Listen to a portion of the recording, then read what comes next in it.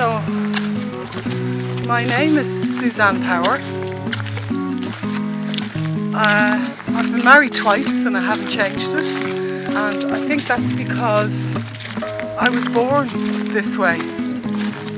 And to be honest, I was a little bit embarrassed by my name when I was younger. I just felt a little bit sort of not powerful. I think when email came along, I just did my email address and I realised that my name was empower. It's my life principle is to be authentic, stay as you are, be real in every moment, and in that lies your individual greatness, your portion of the 8 billion pie, your particular sliver of individuality. So I find that if you come back to who you are again and again, even though it feels risky, it's more safe because you're going to make errors that are yours rather than errors that were imposed on you. How does this apply to my writing life? Well, I can't distinguish or extract a difference between writing and life.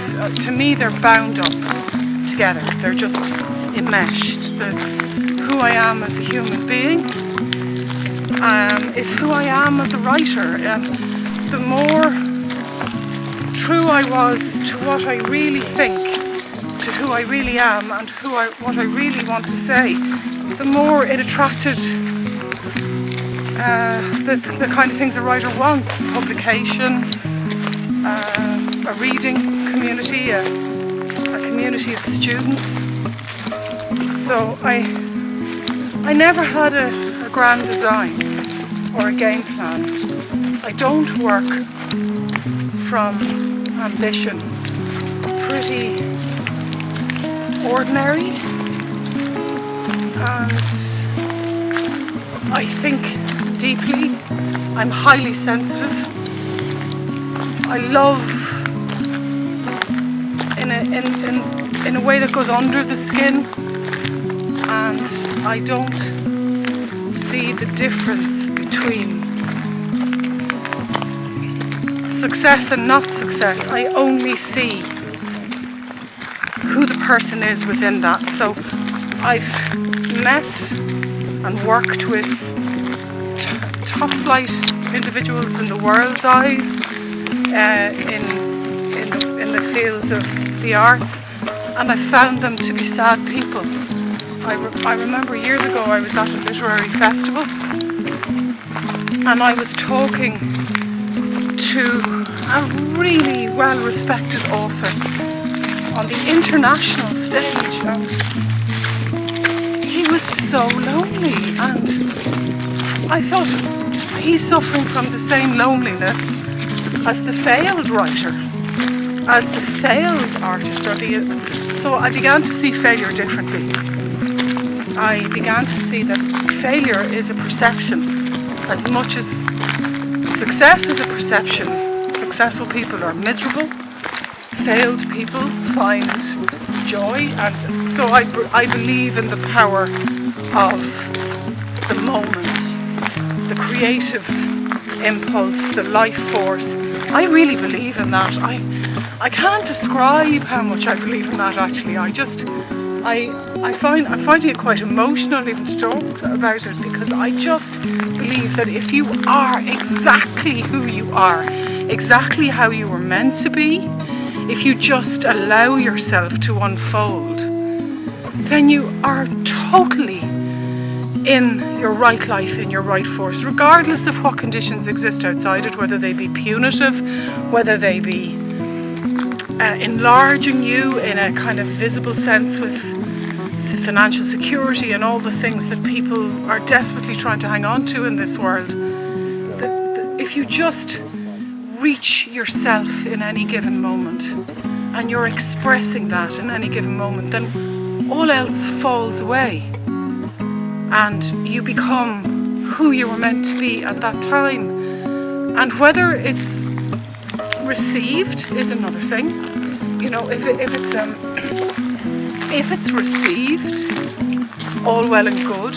But if you succeeded at something that was well received but didn't emanate from you, if you were given a contract to write a certain way, as I used to be in years gone by, I would be given lucrative contracts to write about things I didn't care about.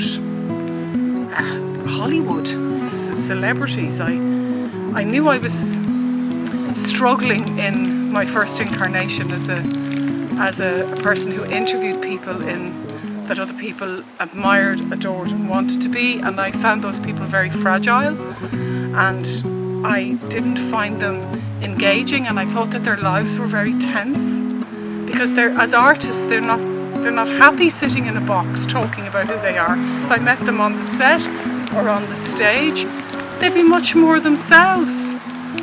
So I decided to be me,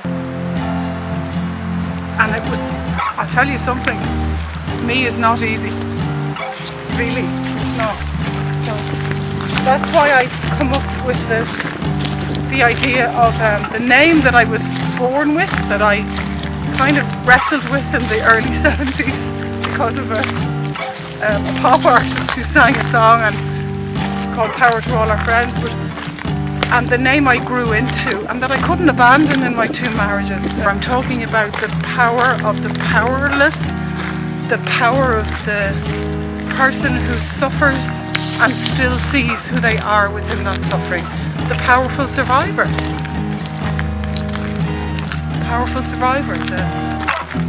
The person who uses their creativity to overcome, or their creativity, they don't even use it, they imbue their creativity, they express it, they live it at every step.